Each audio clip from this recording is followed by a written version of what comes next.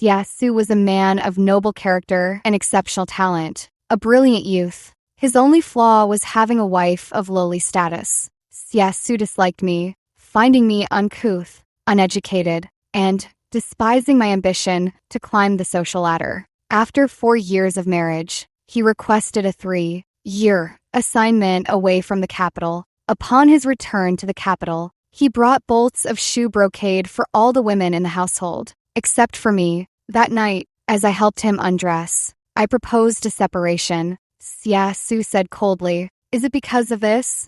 I replied softly, "It's more than that." The outer robe in my hands still held the warmth of his body. I unconsciously tightened my grip and repeated, "It's more than that."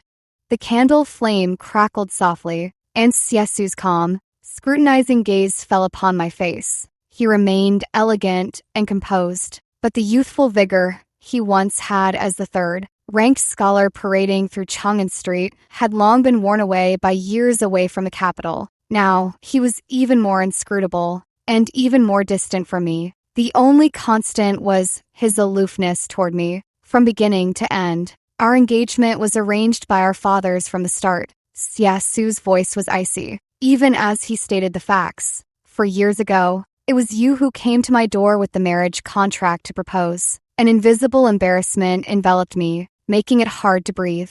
Anxiously and unconsciously, I rubbed the outer robe in my hands, embroidered with drifting clouds and wild cranes, its exquisite patterns pricking my fingertips. Yet it was I who had stayed up late, stitching it thread by thread back then. Perhaps my face was too pale, for Xiaosu let out a soft sigh. At the time, Yunxiu Pavilion only had these 3 bolts of shoe brocade left, and I was in a hurry to return to the capital. It wasn't intentional. Tomorrow, I'll have Mayan pick a top, great Suzhou embroidery from the storeroom for you. Fine robes are just worldly possessions. Don't dwell on it anymore. I caught the veiled criticism in his words and looked up at him in stunned silence. In the 3 years Xiaosu was stationed away, I managed all household affairs. No one knows better than I how many bolts of top, great Suzhou embroidery, are in the storeroom. If I truly loved Nick Hang, why would I need him to grant permission? A sour, tangled knot of emotions clogged my throat. I opened my mouth several times, but no sound emerged. Xiaosu's patience with me had long run out, and he ended the topic. "It's late. Rest now." The heavy bed curtains fell, making the space within the bed curtains feel even more intimate. The rhythm of breathing, the presence of a masculine form, everything reminded me of the other person sharing this bed. My husband, the husband who had requested an external posting just 3 months after our marriage. The lamplight was dim, the silence so profound that even breaths were distinctly audible. Suddenly, Xiaosu rose, leaning most of his body weight toward me. A scent both unfamiliar and known invaded my senses, sharp enough to feel like pain. I suddenly recalled the words the matriarch had said with a smile at tonight's welcoming banquet. "You're already 24. It's time you had an heir." The pain gripped me so tightly I could barely breathe. My heart hammered violently in my ears, and everything before me abruptly went dark. Xiaosu had blown out the bedside lamp. The man withdrew, returning to the same clearly defined distance as before. The pain subsided, and I felt a long, lost comfort. Then, a heavy emotion, whether disappointment or relief, settled upon my heart. In the darkness, I let out a silent, self-mocking laugh. The year I married Xiaosu, he had just come of age and was named the Tanhua, 3rd-ranked scholar, by the emperor in the Golden Hall for his exceptional talent, praised as an orchid and jade tree. With a bright future ahead and high spirits, he had expected to marry his childhood sweetheart. Yet, I arrived at the Jinning Earl's mansion with a marriage contract in hand. The contract was handwritten by Xie's grandfather, the Jinning Earl, stamped with the family seal, and backed by my father's life. Saving grace. After 3 days of silence, Xiaosu finally yielded. The brilliant Tanhua scholar had wed a wife from the rural countryside. Thus, I always knew Xiaosu did not like me, and I had always felt deeply apologetic. At the break of dawn, a spring rain began to fall. as Qingzhu helped me with my makeup.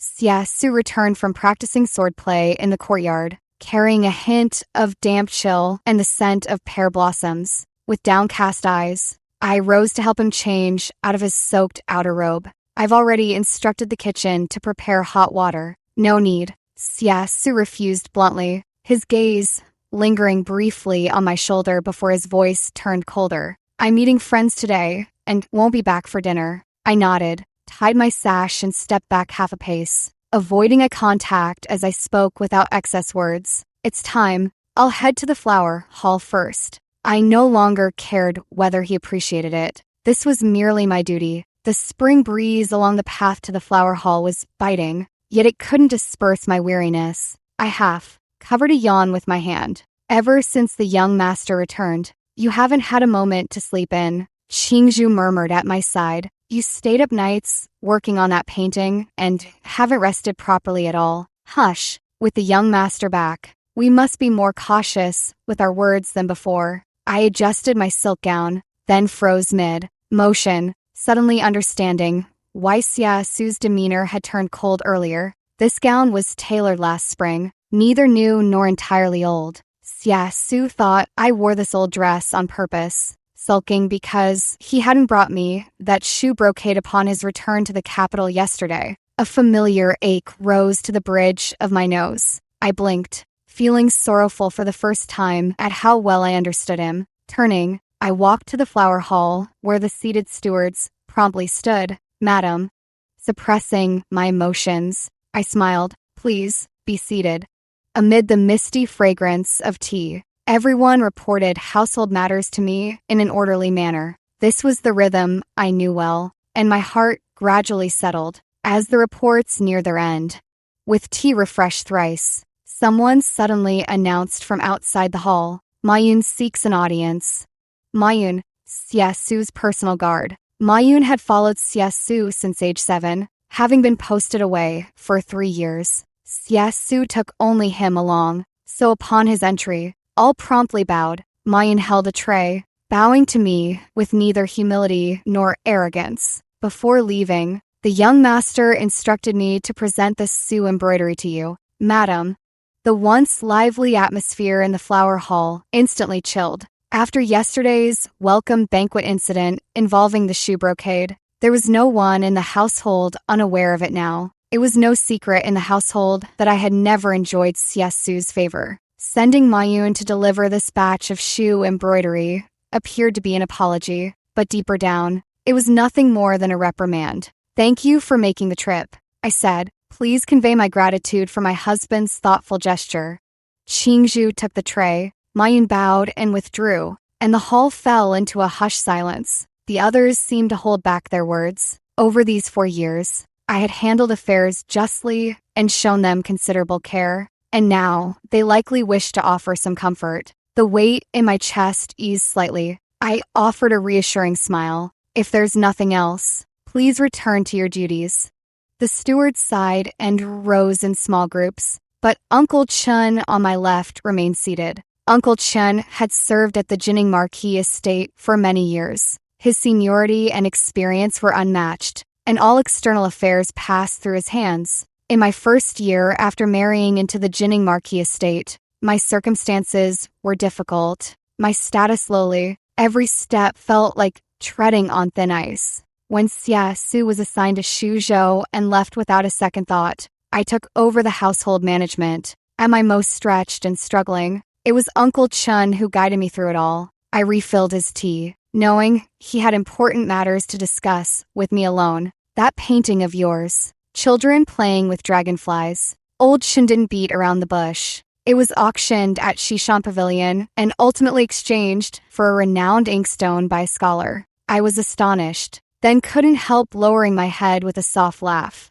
I always thought my painting skills were merely a solitary pastime within the inner chambers. Don't underestimate yourself. Old Chun smiled. There's more good news. He paused before saying, your exiled younger brother may return to the capital within half a year. The scalding tea was thus overturned by my sudden, unguarded movement. Boiling water made my fingers curl in pain. Old Chun hurriedly rose to call for help, but my mind was adrift in a daze. I was originally the daughter of a poor scholar, motherless since childhood, my father repeatedly failing the imperial exams. Though our home was humble, we found contentment in simplicity. When I was 14, Lord Xia, the Marquis of Jinning, accidentally fell into water while mountain touring and was rescued by my father. The two became fast friends at first sight. During a drunken revelry, Lord Xia brought out paper and brush, and in the heat of excitement, settled the marriage agreement with the Xia family's prodigal son. Upon waking, my father dared not acknowledge it. Yet 2 years later, when grandfather Xia passed away, my father studied diligently for years and advanced to the county level imperial exam, only to be unexpectedly embroiled in the corruption scandal that shocked the entire court. 3 months later, my father died wrongfully imprisoned. My 14-year-old brother was exiled to the northwest, and my bedridden grandmother had no money for medicine. With no way out, I took that marriage contract and went to the Jinning Earl's mansion. Tears fell drop by drop onto the tea table. I covered my mouth with a silk handkerchief, stifling my sobs deep in my throat. Out of gratitude between our families, the Earl's mansion would naturally shelter my grandmother and me, but it wasn't enough to leverage the Earl's influence to protect my brother, and even to ensure his eventual return to the capital. I ultimately used the marriage contract to make Xia Su marry me. During these 3 years the heir was stationed away. We corresponded solely about this matter. Uncle Chun, I didn't tell you earlier for fear that if it failed, it would only raise your hopes in vain. My sobs were unstoppable. This was Xia Su's consistent attitude toward me. A slap followed by a sweet date. But this sweet date, I swallowed it down with tears of joy. Madam, your engagement with the young master began with great hardship, and I know you've endured much suffering these years. Uncle Chun sighed softly. Since the young master returned to the capital, his official career has risen step by step. In this world, women rely on their husbands and sons. Your path forward will only grow smoother. I wiped my tears and smiled at Uncle Chun with glistening eyes. I turned a deaf ear to his consolation. After such emotional highs and lows, I felt unusually weary while managing the household affairs. That evening, while serving the old madam her meal, she noticed my pallor and frowned. "What's wrong today? Sit down quickly." I thanked her and took a seat. The old madam had never been skilled in domestic matters. She entrusted me with the household management even before I fully understood the accounts after entering the manor. During the 3 years Xia Su was away, the old madam enjoyed a carefree life, drinking tea, watching operas, and leaving everything to me. I only came to pay respects before each meal. Now that Chun Jun has returned, focus on recuperating your health, the old madam said. Give me a plump golden grandson soon. I lowered my gaze and said yes. Children his age already have several of their own. The old lady sighed softly, saying, if only back then. She trailed off. But I understood the unspoken words. If I had married Chulan back then, I'd likely have a son and daughter by now. I had no answer. Chulan was the youngest daughter of the Minister of Revenue, childhood friends with Xia Su and his perfect match. This position truly should have been hers. 3 months after Xia Su and I married, Chulan became engaged, and it was around that time Xia Su requested a provincial post. The meal was flavorless. I returned to the main courtyard, and after bathing, Qingzhu asked, "Shall you paint today?" It was already the hour of high 9:11 p.m. Daily duties were numerous, and today, due to my discomfort, it was even later than usual. "I'll paint," I smiled. These few moments each day were my only chance for peace. The painting nook was in the main hall, with a view of the courtyard's vast pear trees through the window. As I ground the ink, I suddenly recalled once asking Xia Su if I could use his inner study. How had Xia Su replied back then? I picked up my brush when a sudden breeze swept through, scattering pear blossoms like snow across the garden. Snow, white petals drifted onto my painting paper. I gazed at them for a few seconds, thinking anyone else would be content with a marriage like mine. A country girl marrying into a noble house. A husband as elegant and promising as jade orchids. with a smooth official career, and the Xia family upholding such virtuous traditions. Concubines only permitted if no heir by 30. Yet, closing my eyes, a tumult of bitter and sour emotions surged over me like a tide. In matters of marriage, it's like drinking water. Only you know if it's warm or cold. The beaded curtain rustled as greetings sounded from outside. Qingzhu announced, "The young master has returned." Xiesu, having drunk some wine, went straight to bathe and freshen up. By the time he emerged, my painting was nearly done. Absorbed in my work, I only noticed the shadow falling over the paper and looked up with a start. Xiesu wore a white inner robe, its collar slightly open, his long hair unbound and damp at the ends.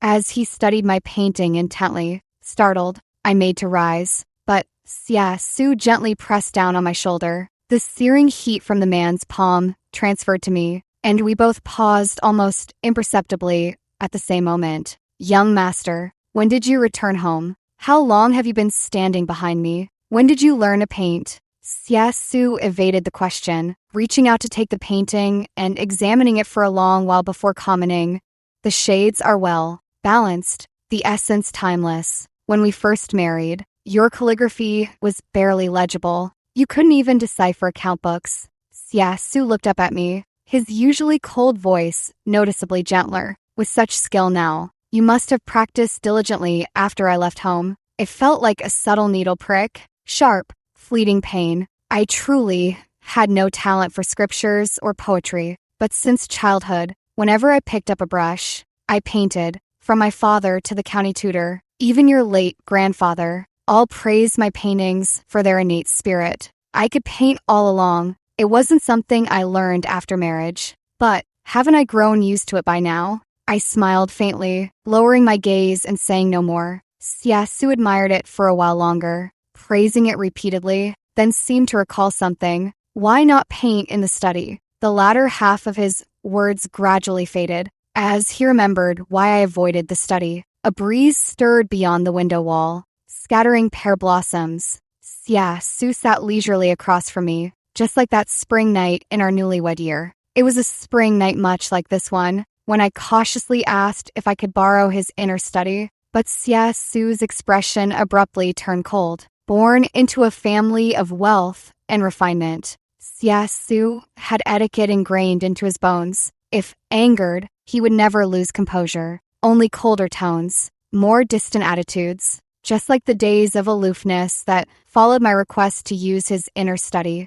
A rustic, born, uncouth person whose handwriting was barely legible truly didn't deserve to enter the inner study of the current Tanhua laureate. That day, I was at fault. I looked up in surprise to see Xiesu sitting upright, his gaze fixed on me. I was young and arrogant back then, impulsive, and took much of my frustration out on you. Please forgive my presumption. Madam, Xiesu poured tea for me and said gently, "From now on, you may use the inner study. I will have Mayun prepare painting supplies for you tomorrow." No need. I gazed at the steaming tea, thinking this was likely the first peaceful and equal exchange we'd had since our marriage. It's just a pity it's come so late. I smiled at Xiesu. This spot faces the century. Old pear tree in the courtyard. The spring scenery is lovely here, and painting in such a place lifts the spirits. You are the mistress of this household. Who would dare dampen your spirits? Xiesu added, "Did you like the Sioux embroidery sent to you today?" Those pieces were far too gaudy. Mayun delivered them straight to storage, and I haven't even glanced at them since. I liked them very much. I sipped my tea, voice soft. "Thank you, my lord. Call me by my courtesy name, Qingjun." Xiesu repeated yesterday's words. Fine silks and lavish robes are merely external trappings. Now that you paint to cultivate your mind, you should understand this principle. I nearly laughed. I had never intended to quarrel with him, nor did I care about that missing bolt of shoe brocade. Yet, lowering my gaze, I softly replied, "As you say. No need to explain. I've grown accustomed to it, since it depicts a pear tree in spring night." Xiesu asked, "Has this painting been titled?" Gazing at the painting, I replied, "A Tree of Snow." Xiesu pondered for a moment, then suddenly smiled. A fine name. Time to retire. He rose, saying, My lady, I shall shamelessly request to keep this painting. Before bed, Qingzhu loosened my hair and muttered quietly, Really, your paintings sell for hundreds of taels at Shishan Pavilion. The young master is getting quite the bargain. I chuckled wryly, pausing suddenly when reaching the bedside. Most candles in the inner chamber had been extinguished, leaving dim shadows where incense smoke curled in hazy ambiguity. I already knew what was to come. When Xia Su embraced my waist and kissed me, my entire body trembled finely. Seeming puzzled, his kisses and caresses grew gentler,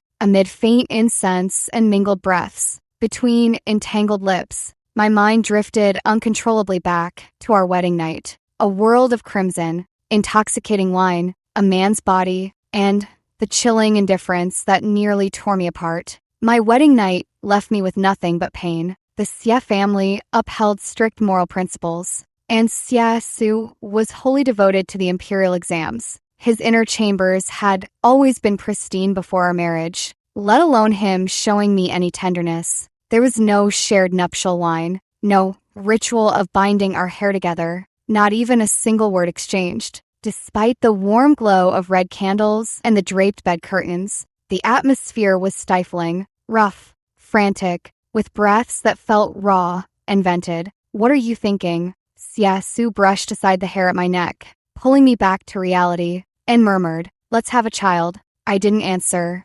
only remembering that this was just the third time we'd been intimate, including our wedding night. In the latter half of the night, I drifted in and out of consciousness, aware only of a sudden rainstorm. By morning, the downpour had ceased, leaving a damp, biting spring chill. The bed was soft and warm, Xia Su's inner robe open, his arm draped over my waist as he slept on his side, chest rising and falling steadily with each breath. I watched for a long moment, thinking to myself, so this doesn't have to hurt after all. I carefully moved Xia Su's arm aside, but as I stepped down from the bed, my legs gave way uncontrollably. The servants in the main courtyard already knew about last night's bath summons, all wearing smiles. Qingzhu complained while doing my hair. Madam, why not rest longer? The hall stewards are waiting. I adjusted my hairpin and said softly, The pear blossoms in his estate are nearing full bloom.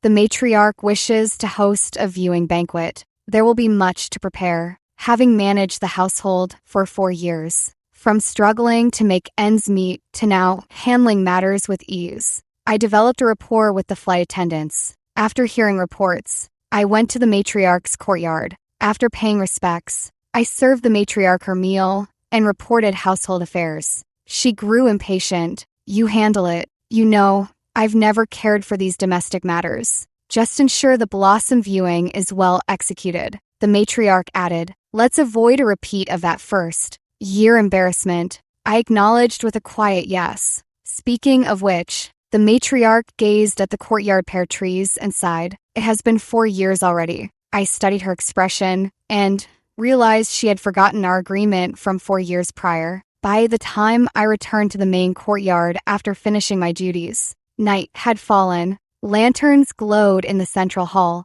where Xia Su sat leisurely on the terrace. Seeing me arrive, he closed the book in his hand. I then realized it was my sketchbook. You've worked hard. My mother was spoiled before marriage, and after wedding, my grandmother handled everything for her. Xia Su poured tea for me. She isn't versed in household affairs. I apologize for the trouble. It is my duty. I shook my head and sat down, my gaze lingering on the sketchbook in his lap. You seem fond of painting pear trees, Xia Su remarked. Your brushwork carries remarkable vitality, though the subjects are somewhat limited. I lowered my eyes, thinking, that's because my world is confined to the bounds of the Earl's manor. You painted many rural scenes earlier. Xia Su paused, then asked, Why did you stop? Because the more I painted, the more I miss them. Longing for what I cannot have only brings pointless sorrow. I couldn't answer. A moment of silence settled between us. Xia Su set the sketchbook aside and said gently, My friend will visit tomorrow. I'm afraid we'll trouble you again. Madam, this, at least, I could reply to. I smiled. It is no trouble at all. Siesu's friend was a scholar who passed the imperial exam the same year as him, the eldest son of the Minister of Rites, and also Chu Lan's elder brother. They chose to meet under the century-old pear tree in the central courtyard, where they drank wine, practiced swordplay, and critiqued current affairs, fully immersed in carefree enjoyment. I paid my respects upon our first meeting and discreetly withdrew. Old Shin brought pear wine, saying it was a necessity whenever young Master Chu visited. I was on my way to the accounts office, which passed by the central courtyard, so I delivered it along the way. As I reached the corner of the central courtyard's corridor, I suddenly overheard young Master Chu say, "This marriage arrangement has rather disadvantaged you." My steps faltered momentarily as Siesu spoke. Grandfather sealed the marriage contract with the family seal. A promise must be honored. Young Master Chu clicked his tongue. Since your return to the capital, your official career has ascended step by step. Yet your wife's family background offers little support to your advancement. Siesu replied, "A true man stands firm in this world, relying on his own merits." Indeed, young Master Chu laughed. "I lack your magnanimity." I took a deep breath, the wine I carried feeling as heavy as 1,000 pounds, and was about to slip away silently when young Master Chu suddenly sighed. Lanner married into the ducal mansion and lived a life of comfort and happiness, though she often complained to me that her husband, a mere military man, couldn't discuss poetry or literature, let alone romantic sentiments. Young Master Chu sighed wistfully. If only back then. He left the rest unsaid. Siesu remained silent, the only sound the rustling of pear blossoms in the wind. Siesu's silence made me uneasy. A bitter taste rose in my throat, so sour it felt like shame, or perhaps pain. "And what about you, imperial scholar?" Young Master Chu chuckled with a hint of mockery. "What does your rustic-born wife discuss with you?" Though low-born, she possesses remarkable spirit. The wind stirred a flurry of white pear petals, half obscuring Siesu's words. Her character has but one flaw, a woman's vanity. Yet, with proper refinement, she could still become a rare gem. I've no memory of who finally delivered that jar of pear blossom wine, recalling only the ringing in my ears that day, my day's thoughts, and the sharp ache in my throat and nose. I returned to the main courtyard and lit the lamp as usual to review the account books. The fragrance of tea wafted through the air. Incense smoke curled. Everything seemed unchanged. But when Xingzhu came to trim the lamp wick, she suddenly paused and exclaimed in alarm, "Madam, why are you crying?" As if waking from a dream, I touched my face and felt the cold wetness of tears. Beyond the window, vast expanses of snow, white blossoms filled the night. A tranquil spring evening, as calm and uneventful as when Siesu was assigned to Shuzhou. For years had already passed like this, but I could bear it no longer. This marquis estate had seized me by the throat. I was being devoured, suffocating bit by bit. "Qingzhu," I said softly, "go fetch the box I entrusted to you." Siesu returned to the main courtyard 2 hours later, carrying a faint scent of wine. Seeing me sitting upright in the main hall, he asked with some surprise, "Why are you still awake, husband?" I pushed the document before me toward him, looked at his handsome face, and said, "Let us divorce." The divorce agreement was signed and sealed by the elder madam 4 years ago. She had the authority, but my name was written only half an hour ago, stamped with a bright red handprint,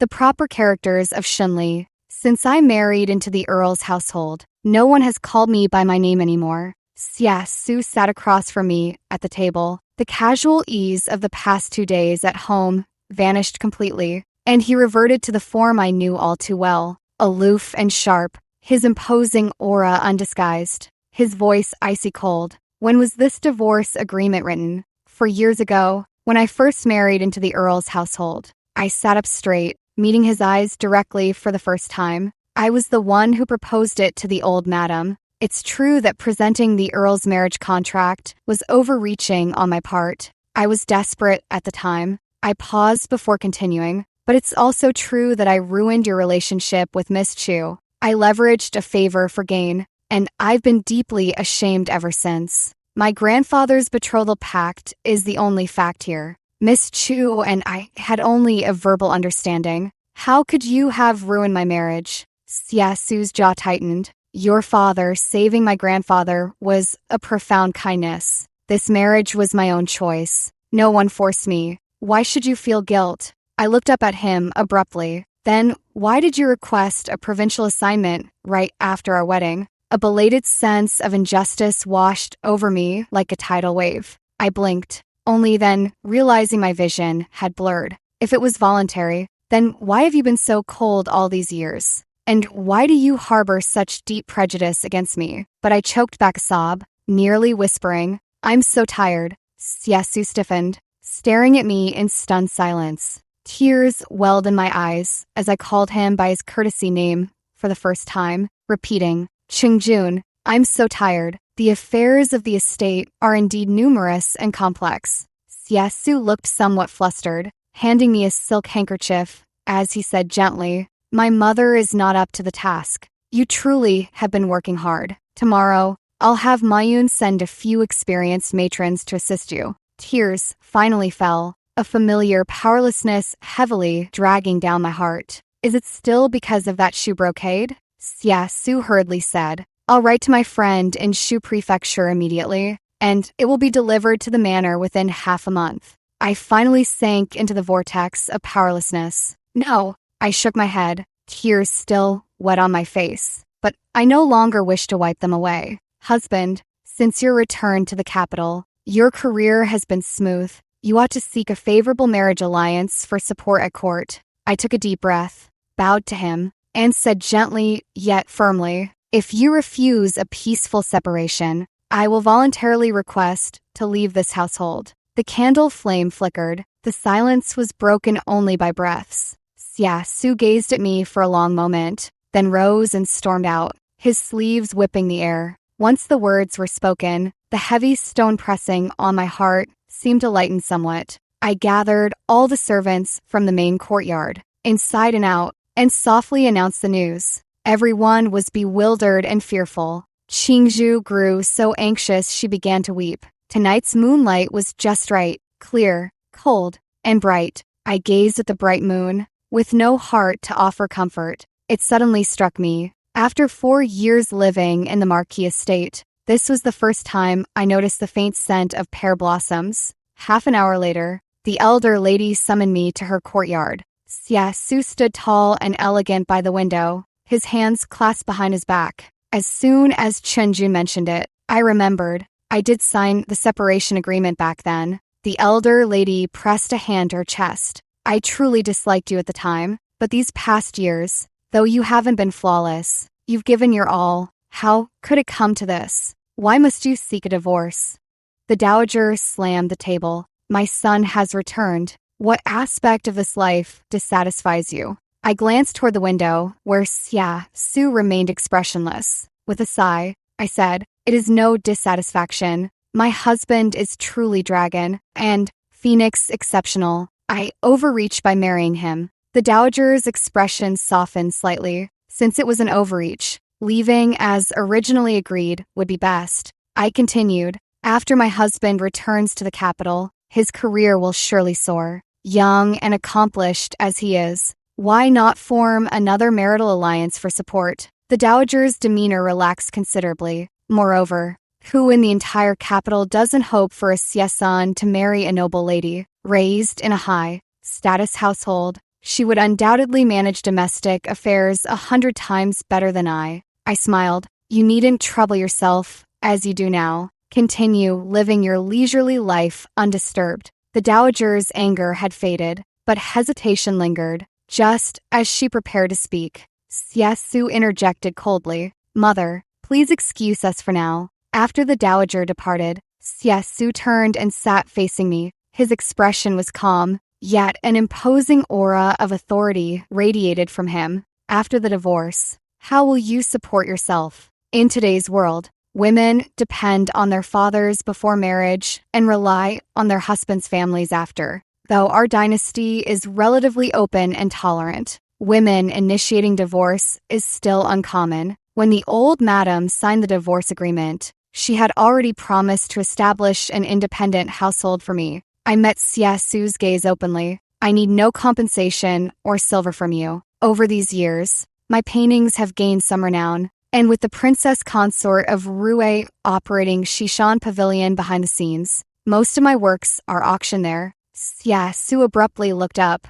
his hand on the desk, silently clenching. Though my grandmother is elderly, she remains in fair health and has a small courtyard in the outskirts. My voice softened. Her time is limited, and I wish to be with her. I overlooked this. Siasu's voice was hoarse. I should have brought your grandmother into the estate sooner. She has lived in the countryside most of her life. I replied. She is unwilling to come. You've planned your retreat so thoroughly. Siasu looked at me and asked, Vort bevort, you've long intended to divorce, haven't you? I smiled. Yes. On the day I left the Marquis estate, all the pear blossoms in the courtyard were in full bloom, like a vast expanse of pure white snow. The estate affairs were numerous. Siasu and I sat in the main seats, while the great hall below was filled with stewards from both inside and outside the mansion. Since we were leaving, proper handovers had to be arranged. The elderly madam couldn't manage the household affairs, so Siasu needed a general understanding. After 4 years in this state, I had established clear regulations for promotions, penalties, and operational flows everywhere. Within half an hour, I had sorted out the procedures. Siasu went from leisurely sipping tea at first to falling speechless, finally setting down his cup after a long pause and murmuring softly, Madam handles matters with thoroughness. He paused, his voice hoarse as he added, You've worked hard all these years. After I leave, just follow the existing rules and precedents. I ignored his words entirely, spreading out the stack of account books handed to me by Uncle Chen. The most crucial are these master accounts from recent years. 3 months after our marriage, Siasu left for Shuzhou, and I struggled alone to manage the entire estate. Servants are quick to sense the situation. That whole year, I suffered many losses in the accounts. After enduring enough silent setbacks and countless dizzying late nights, reviewing ledgers by oil lamp, practice eventually made perfect. Every entry, every expenditure was clear and transparent. After reviewing all 3 ledgers, Uncle Chen sighed, Madam's work is most upright and honorable. Not a single error in these 3 years. Siasu's hand, holding the teacup, trembled faintly for no apparent reason. As I reached for the 4th ledger, Siasu suddenly grasped my wrist, gently, as if afraid to startle me. No need to check further, he repeated hoarsely. No need. No. I looked at him, my voice carrying a barely perceptible tremor. You must know whether I truly am vain and flawed in character. Siasu released my wrist, as if scalded. For the first time, he was the one to break eye contact with me. The flower hall fell into complete silence. I swept my gaze across every steward present and smiled. These 4 years. Thank you all for your care. Uncle Chen abruptly turned his face away. Some eyes reddened, others lowered their heads. Reluctant sorrow spread wordlessly through the room. I looked at Siasu, poured him a solemn cup of tea, and raised it like a toast. Your kindness, young master, in supporting my brother all these years, this great grace I shall never forget. Siasu's lips moved slightly. This is what I should have done. I smiled, rose, and bowed to him. That letter of separation, I must trouble your highness to submit it to the authorities for the official red seal. Without waiting for Siasu's reply, I turned and left, passing through the flower hall, crossing the central courtyard, my footsteps light, the century, old pear tree shed petals in a rustling shower, as if pleading for me to stay, yet also like a farewell filled with blessings. Outside the side gate, the carriage I had hired was waiting. As I lifted my skirt to step onto the final stair, I heard a young voice call out from behind, Madam. I turned to see the corridors on both sides of the entrance hall filled with the manor servants, gazing at me with reluctance, while the elder madam and Siasu stood at the far end of the main hall. Before me, A young page knelt with a thud and kowtowed 3 times crisply. Somewhat surprised, I moved to help him up, but the page said, 2 years ago, when my mother was gravely ill and we had no money for medicine, it was you, madam, who sent Xingzhu to secretly deliver silver to me. I froze, suddenly remembering, grasping this memory from the depths of my mind. My mother's life was saved by you, madam, and most in this household have received your kindness. We all know how you've looked out for us. He sniffled. I'm illiterate and can't say much, but I only hope your days ahead are smooth and happy. I helped him up. Half a year ago, he was adopted as a foster son by Uncle Chen. Even if he acted recklessly today, the dowager wouldn't punish him severely out of respect for Uncle Chen. That's why he dared to represent everyone in the manor by kowtowing to me 3 times today. Have Uncle Chen teach you to read a few characters later. My eyes grew moist. I blinked before forcing out the words. I understand your sentiments. In the future, please help look after Qingzhu for me. I looked up and saw Qingzhu hiding behind a pillar in the right corridor. Her eyes read, she's a foolish girl, but unfortunately her contract is with the manor. I can't take her away. Finally, I shifted my gaze to the main hall. The distance was too great to make out the expression on Siesu's face, but it doesn't matter. In these 4 years at the manor, when have I ever truly seen his face clearly? Once in the carriage, the wheels rolled on. I sat for a long while before awakening, as if from a dream, realizing I had truly left the Earl's mansion. Lifting the curtain, we passed through bustling streets filled with the smoke and fire of daily life. As the crowds thinned, birdsong grew clearer, and familiar vast farmlands appeared along the country path. After the time it takes an incense stick to burn, the carriage halted, revealing a small courtyard at the road's end, clean and rustic, with a half-open wooden gate, chickens and ducks pecking at grain, exuding an air of leisurely tranquility. Drawing nearer, I noticed an elderly woman standing by the roadside, her face brimming with smiles. Grandmother. I leaped from the carriage and ran toward her in great strides, just like in childhood, throwing myself into her embrace. In the distant deep woods, a bird's shadow swept past the treetops, its wings flapping as it vanished into the sea of trees. The weary bird had returned to the forest. The humble courtyard, with stone steps adorned by unfading mossy traces, paled in comparison to the Earl's mansion with its glazed tiles and crimson eaves. Yet, it boasted a spacious study, bright and impeccably clean, occupying most of the central hall's main space. A rosewood desk lay horizontally across, with bamboo bookshelves flanking both sides. Wildflower bouquets stood amongst ceramic jars on the table, lending a rustic charm. This large desk was crafted by the village carpenter. His skill is exceptional, and it took him over half a year to complete. Without a single question, Grandmother walked over and propped open the window. Outside the window, pear trees filled the view. Unlike the century-old, stout pear trees of the Earl's estate, these were only 3 or 4 years planted, yet they bloomed abundantly with flowers pure white as snow. The year you entered the Earl's household, I had just recovered from illness and could finally walk again, so I planted this grove of pears. Grandmother smiled at me. Now, these trees have finally welcomed my Lin Young home. My nose tingled with emotion, tears falling as I stepped forward to embrace her. Grandmother. That evening, cicadas chirped across the fields. Fireflies danced everywhere, and the moon and stars shone brightly as Grandmother and I dined in the front courtyard. Simple fare, yet incredibly flavorful. Sipping fish soup, I said, tomorrow I'll go net some fish by the stream. This season, they're at their most delicious. Grandmother chuckled. Do you still remember how to catch fish? Of course I remember.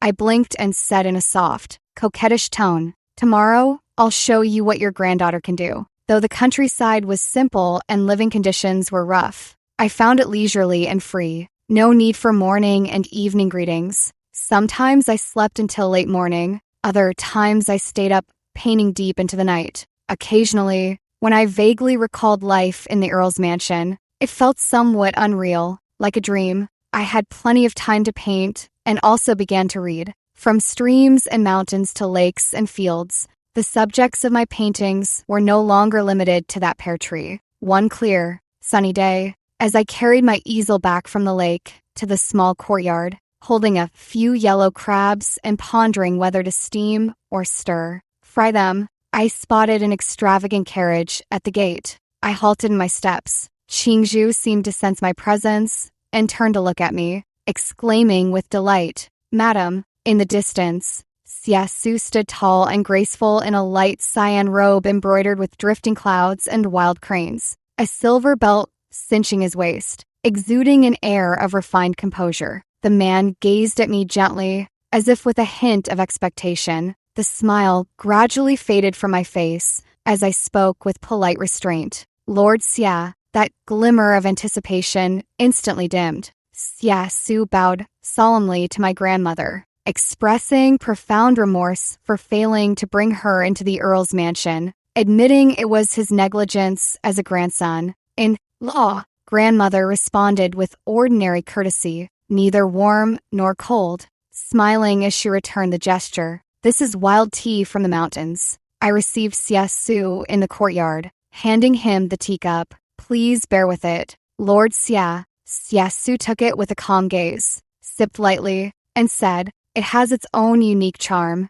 I offered no comment. "You look much healthier than at the Earl's mansion." His eyes lingered on my face, pausing briefly. "Truly much healthier." I suddenly burst into laughter, laughing so hard I could barely hold the teacup. Xiaosu froze, staring at me as if seeing me for the first time. Over the past few weeks, I've roamed the mountains and fields, often carrying my easel to seek scenery. My skin has tanned considerably. It's rather considerate of Xiaosu to phrase it so delicately. He set down the teacup, looking somewhat flustered, as if remembering something. Turning, he instructed Qingzhu to bring over an embroidered box. "This is Shu brocade from Shu Prefecture." Xiaosu opened the brocade box himself, saying gently, "It's this year's new collection from Yunxiu Pavilion. Do you like it?" I glanced at it and came straight to the point. I never cared about that missing bolt of Shu brocade. Xiaosu clenched his hand, lowering his gaze to the brocade box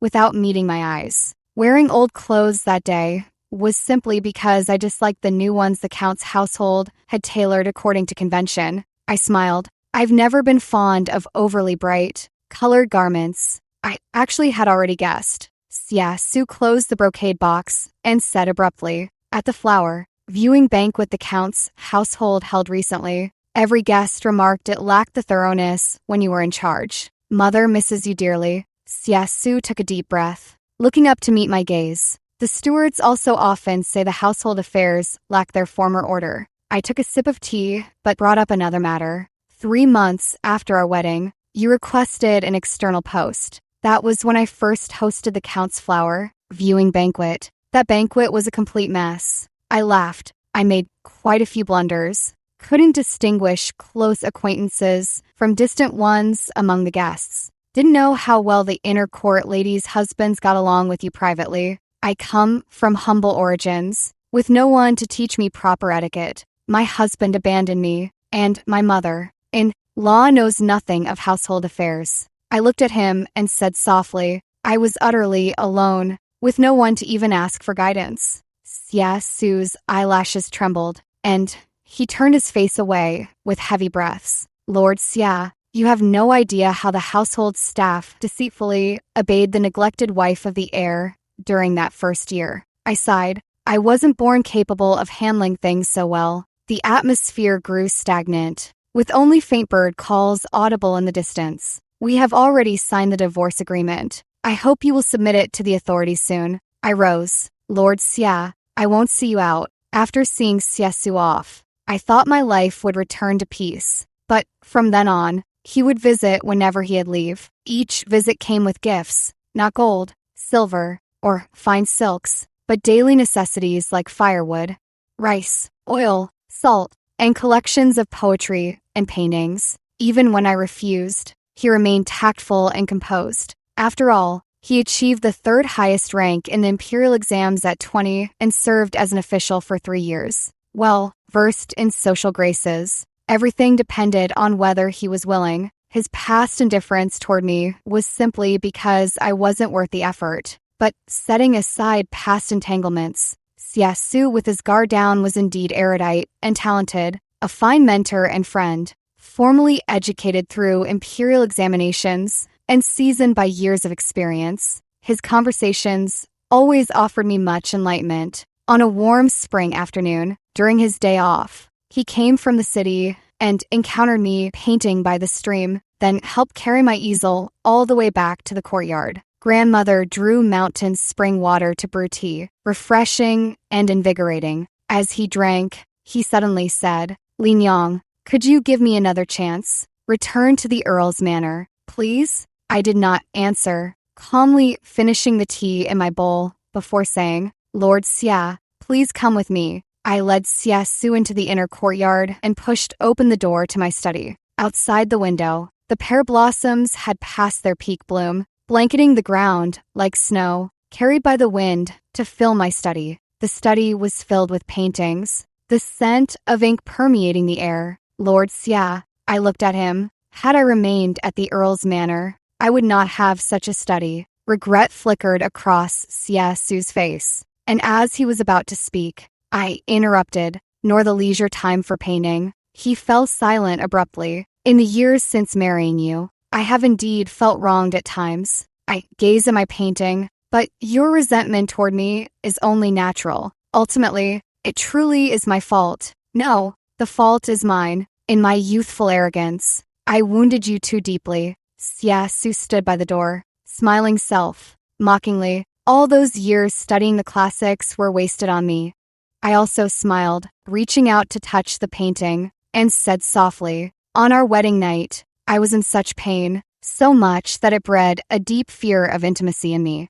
Siasu's face flushed suddenly, heat spreading down his neck. He was too ashamed to even speak. "I truly am sorry. I was a brute." I raised an eyebrow at him. "Later, when you returned from your post abroad, you were quite gentle that day.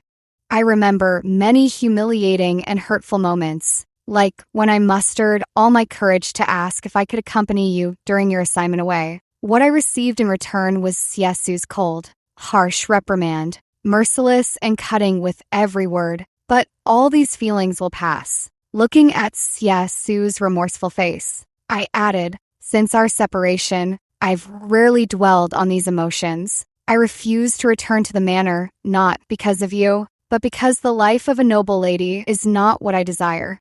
By nature, I am indolent and untamed, having grown up in the countryside without constraints. Those 4 years at the Earl's manor, with its rigid routines and managing the household affairs, nearly suffocated me." "Lord Xia," I said, gesturing to the paintings, filling the room with a light laugh. "Look, my art now holds more than just pear trees." For the first time, Siasu hurried back before the city gates closed on his day off, almost as if fleeing in disarray. My life settled back into tranquility, drinking wine, brewing tea, reading poetry, painting, and occasionally hosting the few women who also auction their works at Shishan Pavilion. Qingzhu visits me every 10 days, and through her I've learned much of the recent happenings. For instance, the estate's accounts have become muddled since my departure, such as Siasu suddenly moving his daily life to the cold lotus garden in the rear court and renovating a vast study connecting the eastern and western quarters. And also, the matriarch has recently been matchmaking noble ladies from the capital for Siasu, but he has rejected everyone. I listen and forget. The wilderness offers too many daily delights. The view outside my window stretches boundlessly, and many matters no longer linger in my heart. When the pear blossoms had all fallen and begun to bear fruit, Siasu visited my mountain cottage. It was early summer, with continuous drizzling rain. The distant peaks blurred into an ethereal ink wash painting, misty and hazy. Siasu, wearing a straw raincoat and hat, knocked on the gate of my small courtyard. I opened the door holding an oil, paper umbrella, astonished to see him braving the rain. He gave me a gentle smile, then stepped aside to reveal the person he had been shielding. A youth of 17 or 18, with dark skin, half an ear severed, his face covered in fierce scars and branded with tattooed punishment marks. Tears streamed from the one eye that wasn't blind as he bared his teeth in a grin. Big sister. My umbrella dropped to the ground as I threw myself into the youth's embrace, weeping bitterly, trembling so violently I could barely speak. Grandmother hurried out anxiously at the sound, freezing in place at the sight before her. Hunger patted my back gently, then walked several steps to kneel below the stairs where grandmother stood, kowtowing 3 times with audible thuds. Grandmother, your unfilial grandson has returned. Grandmother cried out, staggering and collapsing by the door, wailing, my son.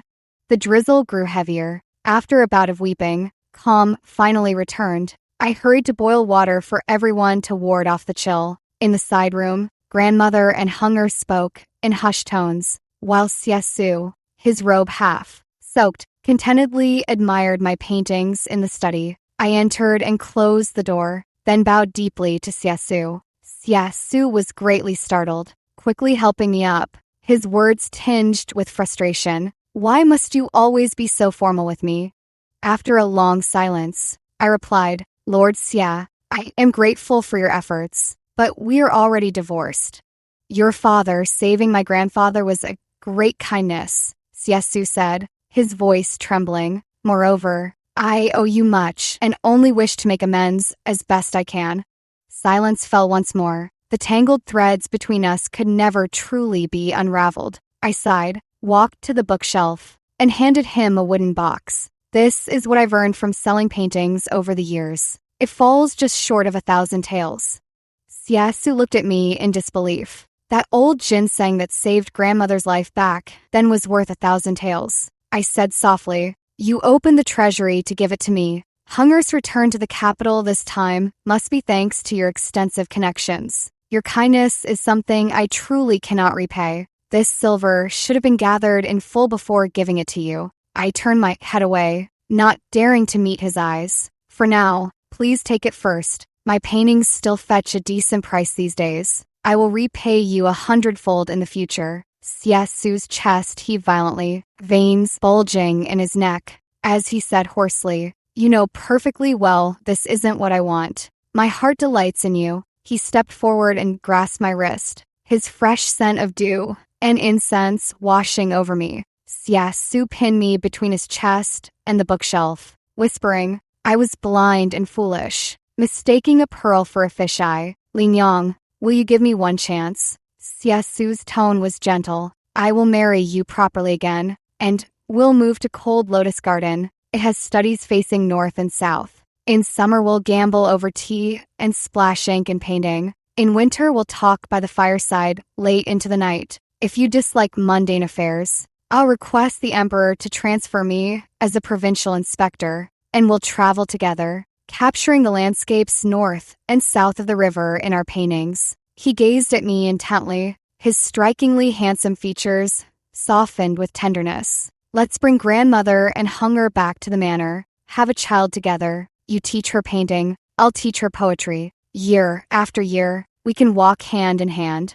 Our breaths mingled as I looked up and met his dark, luminous eyes, brimming with hope and a trace of longing. For a moment, I heard the restless pounding of my own heart. Time seemed to stand still, and I truly felt the stirrings of affection. Yet, I recalled the bird that had fluttered into the treetops on the day I returned home, so exuberant and free. Such birds are never seen in the manor. Power always comes with responsibility. I lowered my gaze and whispered, Qingjun, I am selfish. I wish to be a bird roaming free in the wild. I cannot bear such burdens.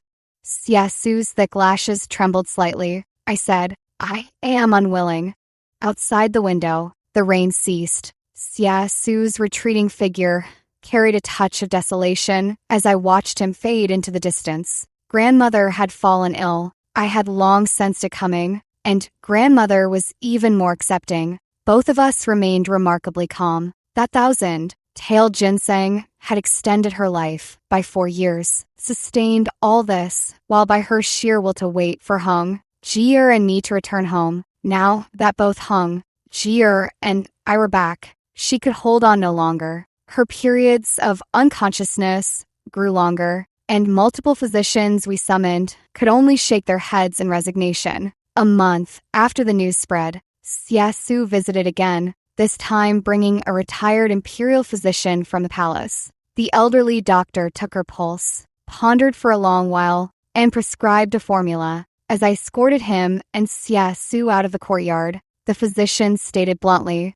"She has but 2 months left." My heart sank, while behind me, Hung Ji-er offered silver to the old physician. I turned to Siasu and said with a bitter smile, "I've troubled you again. You know how much I dislike this clear demarcation between us." Siasu gazed at me for a long moment, as if wanting to say something, but ultimately swallowed his words. After that, Siasu came to visit every 3 days. His manner reverted to the initial polite formality, yet carried a gentleness that went even deeper than before. I refused many times, whether firmly or gently, but he defused each attempt with the most composed demeanor. During the last rain of late summer, the pear tree outside the window bore fruit that weighed down its branches, and my bedridden grandmother suddenly rose from her bed, her spirits renewed. She sat on the steps, beckoned to Siasu in the courtyard, and said affectionately, "Young man of the Xia family, come here." Siasu hurried over and crouched beside her. Truly handsome, grandmother touched his face and said with a smile, "You are a fine gentleman." For years ago, her father died unjustly in prison. Hunger's fate was unknown, and I lay ill in bed. The physician said to save my old life, I needed an aged ginseng root. Grandmother's tone was drawn out. 1,000 taels for 1 root. It might as well have been the price of my life. My granddaughter wept at my bedside, begging me to stay with her a while longer. My Linyang, with no other recourse, finally sought help from the Earl's household. Hunger and I reddened, turning our faces away. Siasu seemed to anticipate what she was about to say and shook his head in alarm. Grandmother smiled and said, "It was wrong of us to seek repayment for a favor. I truly feel ashamed. Sometimes I think of just leaving, but I can't bear to part with my granddaughter. She has suffered too much, and I promise to stay with her." But her voice carries little weight in the Earl's household. Having done wrong, how could we dare to go to the Earl's mansion and reunite with her? No, Siasu forced out the words. It is I, your grandson, in law, who has been unfilial. I should have brought you into the household sooner.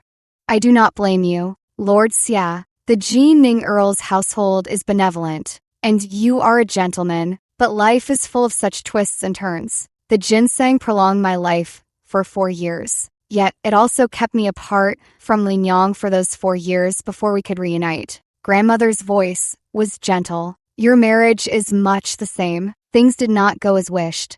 You were husband and wife for a time, yet your affection was shallow and fate was thin, destined to part. Grandmother patted his head lightly, her tone soft. Life is vast like the sea. Let each other go on their own journey.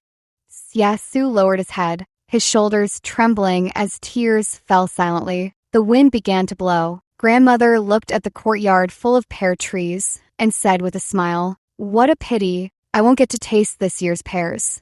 The last time I saw Siasu was in early autumn, when the pears ripened, after Hunger and I had completed the arrangements for grandmother's funeral. As the carriage reached the roadside pavilion outside the city, Hung, who was driving, pulled the reins and said, "Elder sister, it's Lord Xia in the farewell pavilion ahead." I lifted the curtain and dismounted. Siasu stood inside the pavilion with his hands behind his back, dressed in an embroidered blue robe with a silver belt, patterned with subtle clouds and wild cranes, the very picture of a jade. Like gentlemen, the cloud and crane motifs in his robe were all embroidered by my own hand. Steam rose from the hot tea in the pavilion. Seated across from him, Siasu poured tea for me and asked with a smile, "Where are you heading this time?"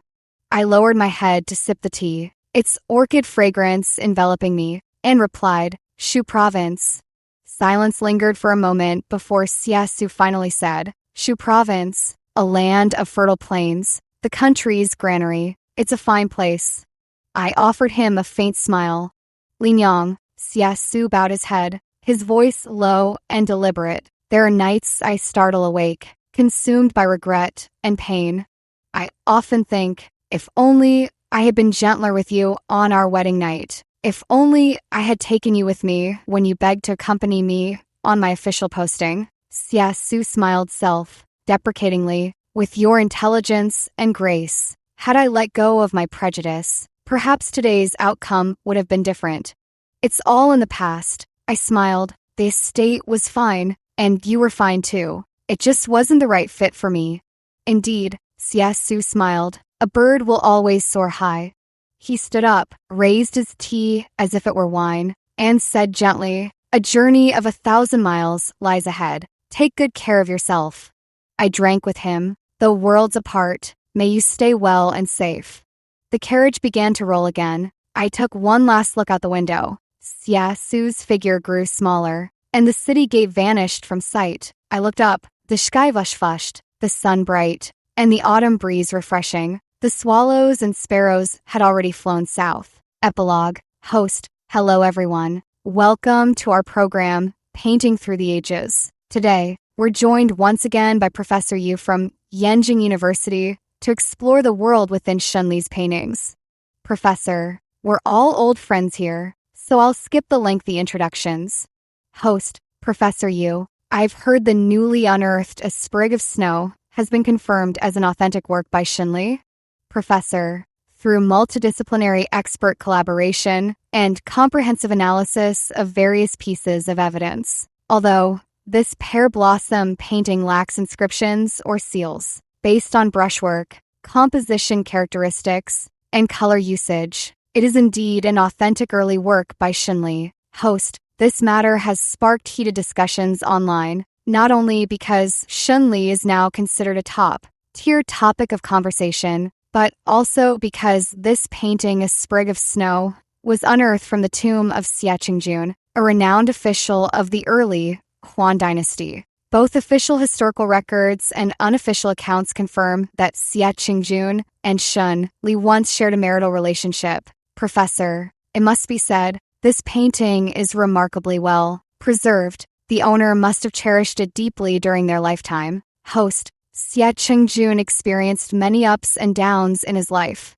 rising to the position of chief minister. Yet his marriage was fraught with difficulties. After parting ways with Shunli, it is said he never remarried. Professor, official histories provide scant details about his marital status, but it is certain that he had no children of his own and adopted one from a collateral branch of the family in his later years. Host, the love and strife between this couple remain a topic of fascination to this day, with many lamenting that had their marriage endured, it could have been a beautiful tale of harmonious partnership. Professor, Shunli wouldn't have achieved such widespread acclaim otherwise. Her artistic stature stems not only from her masterful brushwork, ethereal in spirit and transcendent in conception, but also from her lifelong travels across the land, capturing mist, shrouded valleys, and flowing clouds, pioneering ink, washed pastoral landscapes. As a woman, she filled a historical void,